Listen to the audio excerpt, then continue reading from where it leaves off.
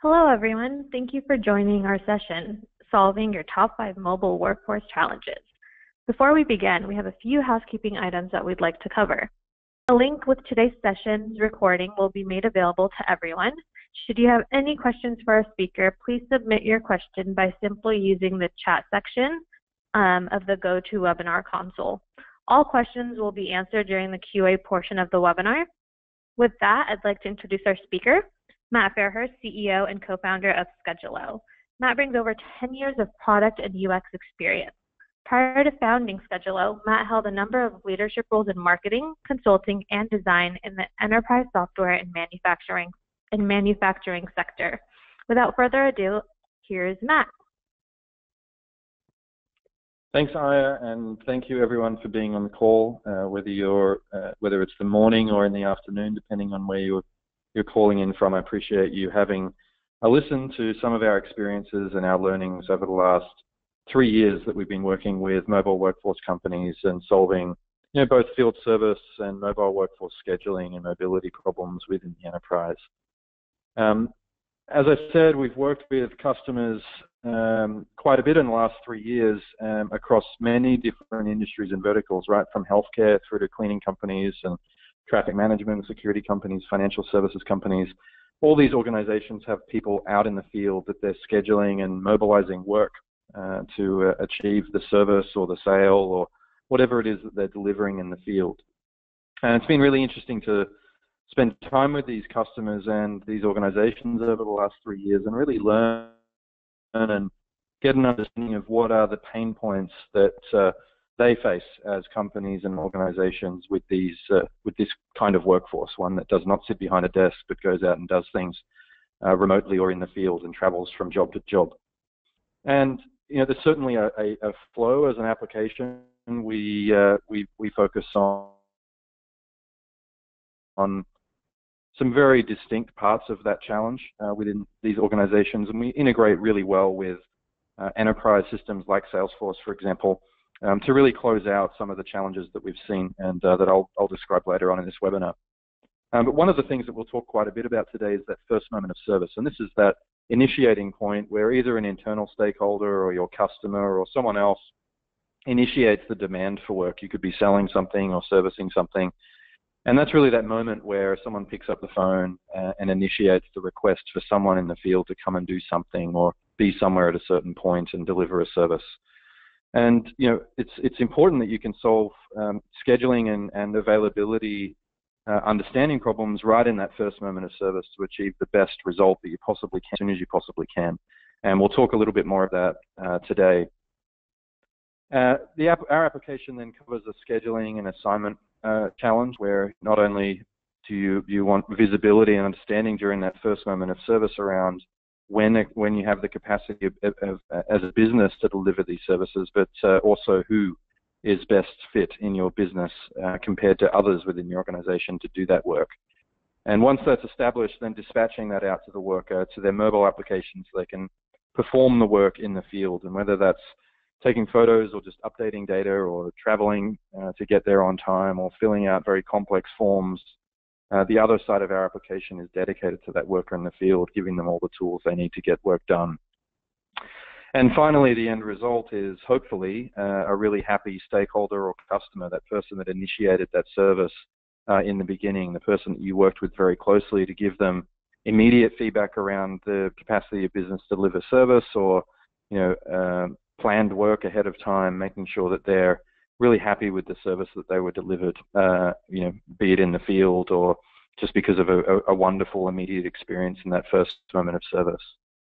And one thing that we've noticed over the last 3 years working with organizations solving this particular journey and this challenge is, the many problems and challenges that organizations face when they're looking at technology and trying to make a technology decision to improve the way that they deliver service or run their business. And I think the purpose of today's webinar is to really talk to the top 5 things that we've seen as an organization and as a technology company over that period of time, and I guess dive into those in a little bit of detail so that we can all get on the same page and the same level of understanding around the kind of challenges that face us, but also some of the solutions that are out there from a technology perspective as well, and how we're seeing organizations address and solve those challenges. The first one, and probably the anchor to understanding the capacity of your business and solving these problems, is to understand and get a very granular understanding of your team's availability. Understanding people's availability and the time and the capacity they have to dedicate to actual scheduled work is a little bit like building a model from the ground up. Understanding firstly that people's general availability and understanding that kind of pattern of they're available 9 till 5 or 8 till 4 or 8 till 6, typically during any given day based on the 40-hour week or the 45-hour week that they typically work, for example. And on top of that, then looking at things like scheduled break times and within that day and within that time period of general availability throughout the day, when are they scheduled to have time off? What are then the personal activities that can come in and impact their general availability? So things like going to the doctor or dropping their kids off at school or something like that, they may schedule themselves. What kind of impact does that have on the availability of them as a person and as an individual within your organization to get work done? In and around that, then sort of unscheduled or non-structured work activities like meetings or cleaning their vehicle or stocking their van, for example. What are the various work activities and work appointments that they need to do that consume their capacity to do work that is structured and is scheduled? Then on top of that, understanding the work that they've already been given, the jobs and appointments that have been dispatched. And our application, our product, of course, calculates things like travel time to understand the impact of location on people's time and their ability throughout the day to get work done and when they need to leave one place in order to get to the next job. And ultimately what this gives us is by consolidating this and kind of rolling it up into a flattened pattern of availability, an overarching understanding and a very clear understanding of when people are truly available to work within a company. And some organizations are definitely capable of discovering all of that about their employees. Others, 1099 workers, for example, or contract workers, don't have the level of insight required to get all of that information. So with those, we try and get as close as we can to understanding as much as we can about when someone is available to a business to work. And if we look at all of the various inputs and the technology points that actually feed that story and that first component of our challenge today, there's many disparate systems that kind of feed into this flattened model of availability. And there really is no one system that is the source of truth for this stuff, and rightly so. I mean, things like Google Calendar and Outlook are often used to manage personal activities. Google Maps and various mapping technologies are used to understand traffic time and travel time with traffic considerations, for example. Work activities are sometimes ad hoc, sometimes structured around when people are having meetings. And then general availability can be very simply managed through templates of standard availability hours, or could be quite robust and complex and come out of systems that are structured in their approach to managing rosters and shifts of people's time. And then, of course, managing the actual jobs and appointments is something that Scheduler handles as well and feeds into that map of availability. So as you can see, with all of these systems coming together, this model can get quite complex, and shuffling these things around and trying to make technology decisions to solve that problem of kind of consolidating and getting real-time visibility of people's availability is very difficult. And in this case, this model is designed or visualized for one individual, and you can imagine by stacking sort of 40, 50, 100, 1,000 people and understanding all of their availability, these systems get quite complex, and the challenge of trying to handle that in Excel or Google Calendar or some other disconnected system on whiteboards or piece of paper becomes almost impossible to handle at scale. And that's really the first component and the first challenge that we've seen come up in the organizations that we've worked with. This is an example here of some of the ways that we can surface that information directly and immediately during that first moment of service. And you can see here, this is just an example of a Salesforce opportunity and a sale that's been sold. And here they needed to understand very clearly of the people that were suitable for doing that work, what is their predicted availability and expected availability in sort of 2-hour time slots throughout the next day, and we can see very clearly the capacity of the business to deliver this service that this sale requires across my team. And it's that instant visibility during that first moment of service of the capacity of the business based on the aggregate availability of people making up the team that really helps companies that we work with solve some of these challenges immediately. The next challenge that we've seen is understanding, and businesses trying to understand, yep, we've got a model of people's availability and that's great, but then also understanding what are the other criteria and characteristics of people that feed into the rest of the decision-making process. And we're going to go through that now and sort of discover some of those other criteria.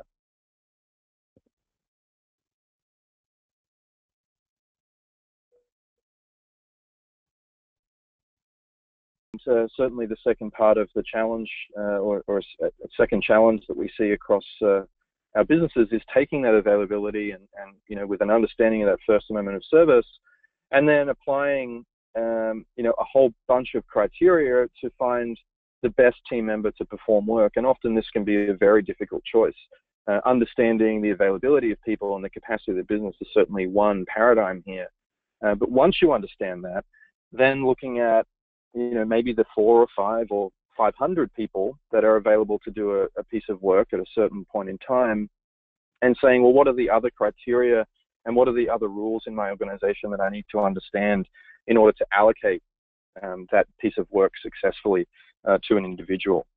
And this can get very complex. Some organizations are very flat and it's really just about availability. Maybe they're working in a business unit where practically anyone can do the work that's typically initiated within that department. Or sometimes it can be very complex. In healthcare, for example, we see a lot of complex and multifaceted criteria combined to sort of say, of the 500 people that work in this organization, there's a group of 20 that can really do this job at this particular time based on their availability, and of that 20, there's 5 that have the matching criteria based on that business's and that organization's rules around who can do certain types of work. And these are just some of the examples that we found organizations considering, and certainly we've built technology to accommodate. But availability is obviously one of those things on the list. But drilling down into things like skills and abilities, which of the 20 people that are available to do the work have the skills and abilities required to visit that kind of patient or go and perform that kind of audit. Travel time and proximity we've touched on as well. What is mapping and geolocation and routing technology telling us about where we expect that group of 20 people to be and who is going to be the closest at that point in time? And are they traveling from a job that we've already assigned them to, or will they be traveling from an office or a home location? Factoring those things in is important when it comes to reducing travel time and costs that it takes people to get to a work site. Maybe it's about utilization and the balance of work across those 20 candidates of people. How do we better balance the workload across the team? How do we compromise and say, yep, we acknowledge that we may not get the absolute best person from a skills and ability point of view or a travel time point of view, but for us as a business, it's important that we're balancing the load of work so that we can fit as much in as possible and balance the prioritization of the workforce across the demand for work in the field.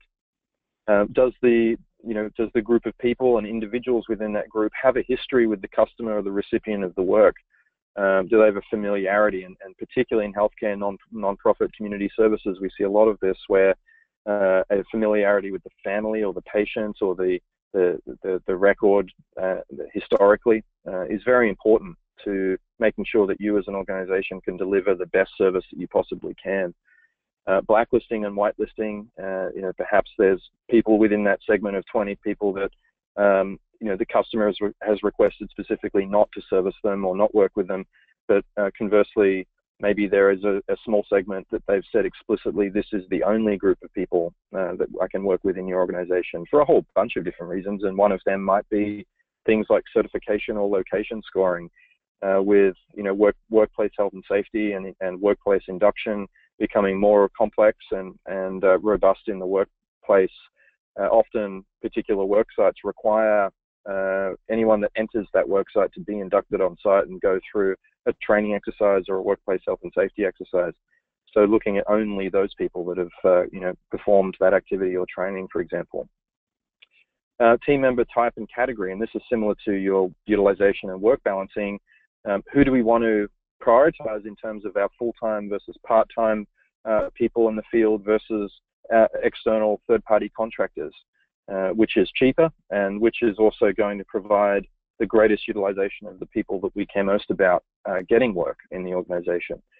And then, of course, like any application that works with enterprise and mid-market organizations, we see a lot of custom business rules and bespoke rules across a business. And it was only a few weeks ago that we were talking to an agricultural auditing company where, if a worker had performed an audit or an inspection at a chicken farm, we had to wait 48 hours before they could perform a similar audit and inspection on a cattle farm.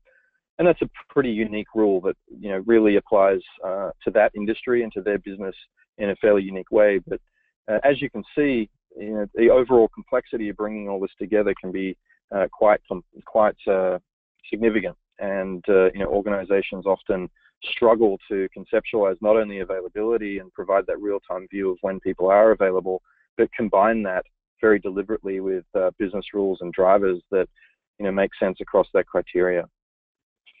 Then organizations that we've worked with and we've seen certainly have the decision that they have to go through to say, well, as a company, what's important to us as we start to make scheduling and assignment decisions?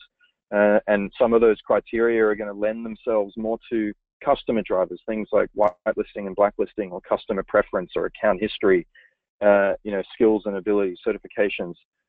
Some of that is more about being as responsive and as appropriate as we can be to the customer's interests and the customer's drivers versus business drivers, for example.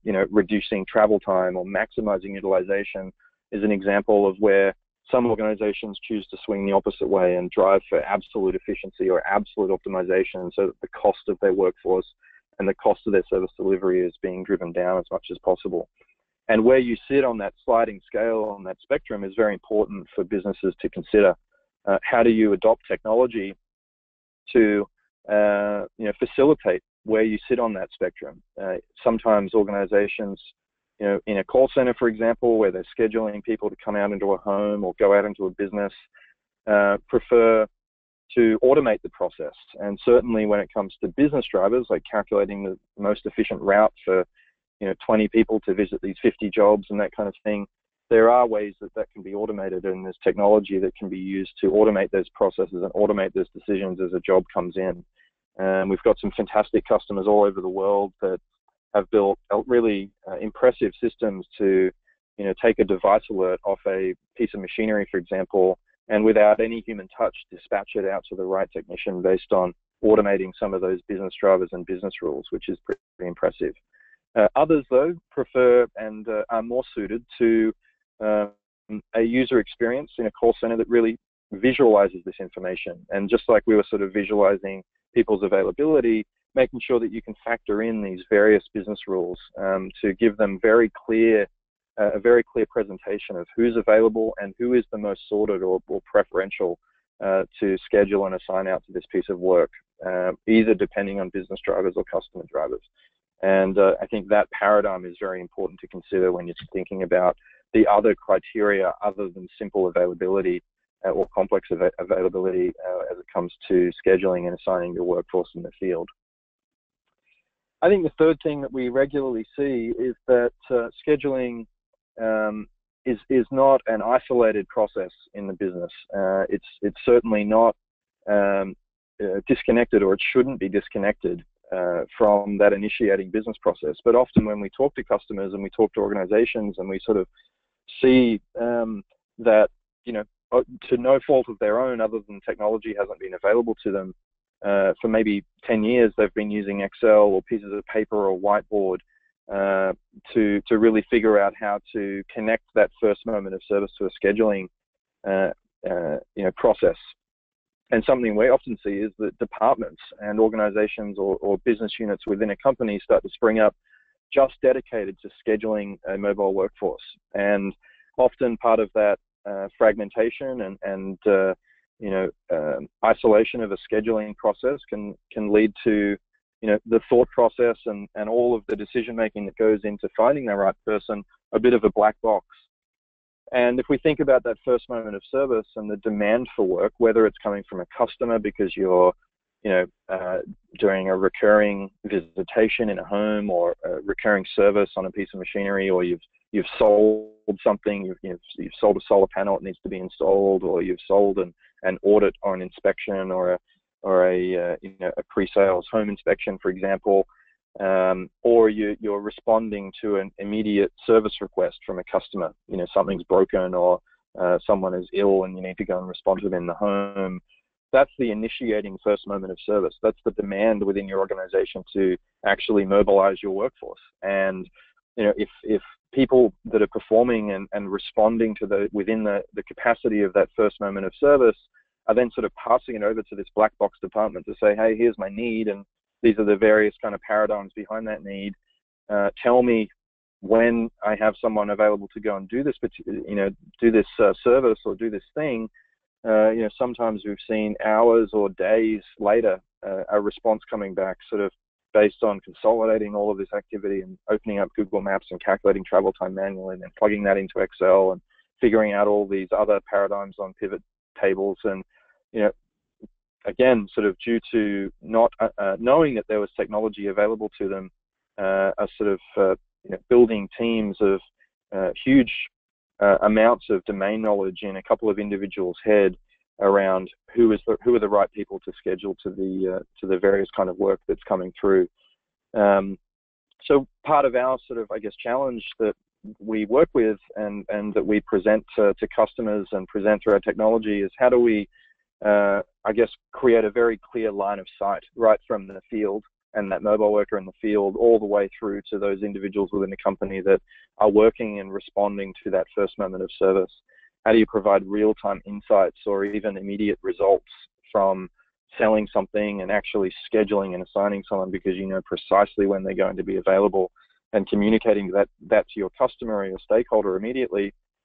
How do you cross that bridge and make sure that you're providing that full breadth of insight, and there is no black box department that looks after scheduling, or black box person that can never leave the company and never go on holidays because they're the only person within the business that can actually answer those questions for any of these departments or customers. And I think this is a really big challenge within modern companies that base their ability to deliver business and deliver service on people in the field, and this is a huge challenge. And again, some of the ways that we can help, and we have helped customers do that, is by surfacing these decisions directly within their system of record.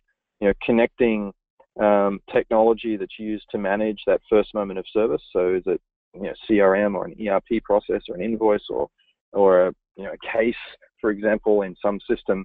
How do you embed and surface immediate capacity information about the availability, but also suitability of people within the business directly within the context of that record? So you're not rekeying and double entering information just to get to a decision point of saying, yes, we have availability on Tuesday at 9 a.m. As a business, and we know that the people behind that capacity have the skills and abilities and all the business rules required to do that component of work. So connecting those two and providing immediate insight right at the moment of service is incredibly critical. I think fourthly, really thinking about what people are actually doing in the field. So it's one thing to think about scheduling and assigning work, and certainly that's a really big challenge within organizations today.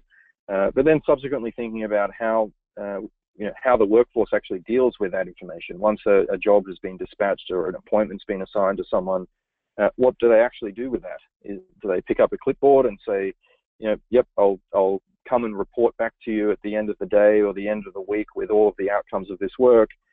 Or do we give them the appropriate technology and the appropriate tools that are now, these days, certainly readily available on smartphones to actually really perform that work in the field? And do they have everything at their fingertips to execute their job and provide the business, subsequently real-time insights into what they're doing? And not only is a reduction of paper, obviously wonderful for the environment, it becomes hugely efficient for a workforce, not having to carry around a clipboard and paper that can get lost and discarded. And we've again sort of seen organizations with stacks of paper or rooms of filing cabinets to sort of drive very unstructured paper collection of information and results in the field.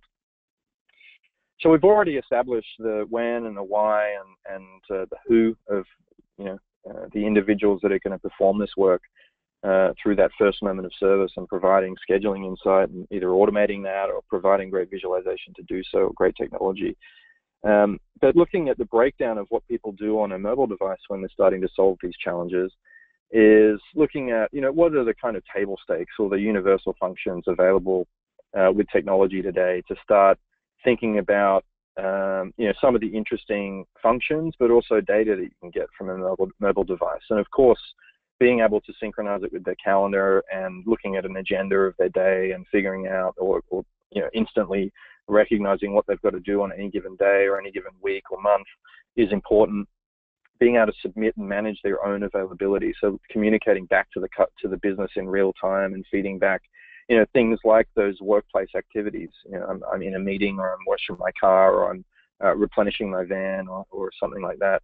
What are those other ad hoc activities that happen in the field that will impact their future availability, making sure that we can enter those appropriately. Travel time and navigation, making sure that we have a mutual understanding from the back office right to the front office on a mobile device, what the expected travel time is from their current location, but also where we expect them to be in the future, so they can prepare appropriately to get there on time. And then allowing them to navigate in real time and follow turn-by-turn directions to get to the workplace. Time tracking, of course, and recognizing all of those moments within a mobile workforce's day and a mobile team member's day that you want to track as a business. How much time are they spending traveling? How much time are they spending with customers? How much time are they spending filling out data and completing checklists and providing the business with the information they need to run? Of course, job and appointment information. Where have they got to go? Who have they got to see? What's the important information that's critical to them delivering that service? And then, some of the nicer things that you can do on mobile devices these days, like capturing a signature from the customer or a stakeholder, looking at attachments and documents, and taking photos in the field of things that are broken or issues that might have come up. And of course, there's a social collaboration layer over it these days as well that allow inter-worker communication or worker to office communication, or even worker to customer communication in some cases. But I think on top of that, then businesses have very specific information that's important to them in a less general sense, and specific to, say, a financial services organization that might be doing insurance audits or inspections of a home or a vehicle or an asset of some kind. That's very different to someone going and installing something or fixing something and needing to pick parts and materials, that should sync back to their ERP, for example. Checklists and surveys, maybe in a retail or a field marketing kind of capacity, patient forms and patient data in a healthcare setting, training and attendance forms and incident reports for a workplace health and safety point of view. But I think we've seen a lot of variation around the kind of data that's important to capture when you're working through jobs in the field across many, many different industries. And this is just an example of what some of those can look like. Obviously on the left-hand side, getting critical job information and presenting that to the user in real time, presenting things like training session roll calls, or on the right-hand side, things like pest inspection audits, or different types of data entry to make sure that you're following a typical critical path to deliver a certain type of service in the field.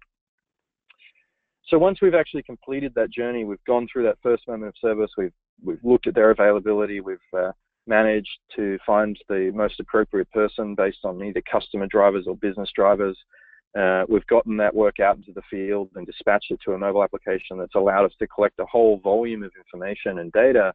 It's important to remember that function is not ever, certainly in my experience, disconnected from the rest of the business.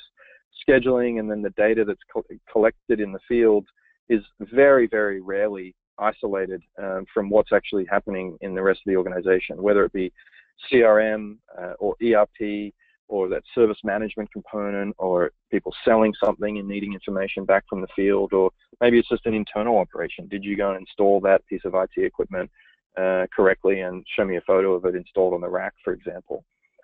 So all of this, whether it's that first moment of service or all the data that you're collecting in the field, it's imperative that it's connected to the rest of the organization. And certainly, in our case, we work with partners like Salesforce and other systems of record to make sure that critical business systems like scheduling and mobility are connected right into other areas of the business. What you can do with that is start to then analyze that data in real time and start to look at interesting metrics that can help improve and perform all of these activities over time. Looking at things like travel time or the time spent doing certain activities, or what's the demand for certain skill sets and skill and criteria across my business. Who are the customers that are demanding more work versus other customers that maybe demand less? All of that availability becomes extremely interactive and accessible by implementing a mobile workforce solution like Schedulo and integrating it very closely with your system of record. So hopefully that gave you a really interesting summary of some of the challenges that we've identified over the last 3 years working with customers.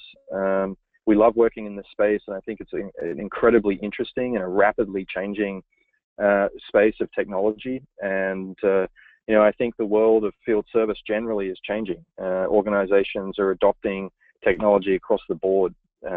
Companies that and businesses that have sent people in the field to do certain types of work for decades are now realizing that everyone has a smartphone in their hand. And we're always very excited to learn more about the specific challenges that they face. But hopefully that gives you a bit of a snapshot into the top 5 that we see and then we consider very important to not only the pain within organizations and what they're experiencing, but also some of the ways that we and other technologies help to solve those pain points within an organization.